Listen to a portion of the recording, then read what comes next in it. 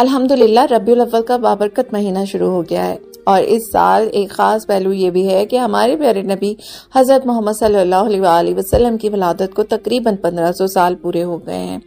یہ خوشی اور شکرانے کا لمحہ ہے۔ ہم سب کو مبارک ہو کہ ہم اس عظیم موقع کے گواہ بن رہے ہیں۔ اللہ تعالیٰ قرآن مجید میں فرماتا ہے ان اللہ و ملائکتہ یصلون علی النبی یا ایھا الذین آمنوا صلوا علیہ وسلموا تسلیما، یعنی اللہ اور اس کے فرشتے نبی کریم مصطفیٰ صلی اللہ علیہ وآلہ وسلم پر درود بھیجتے ہیں۔ اے ایمان والو، تم بھی ان پر درود و سلام بھیجو۔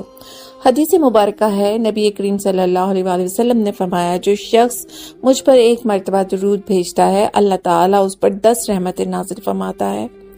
اس مبارک مہینے میں روزانہ کم از کم 100 مرتبہ درود شریف پڑھنے کی عادت ڈالیں۔ جمعے کے دن درود شریف زیادہ پڑھا کریں، کیونکہ یہ دن خاص طور پہ رسول اکرم صلی اللہ علیہ وسلم کو پیش کیا جاتا ہے۔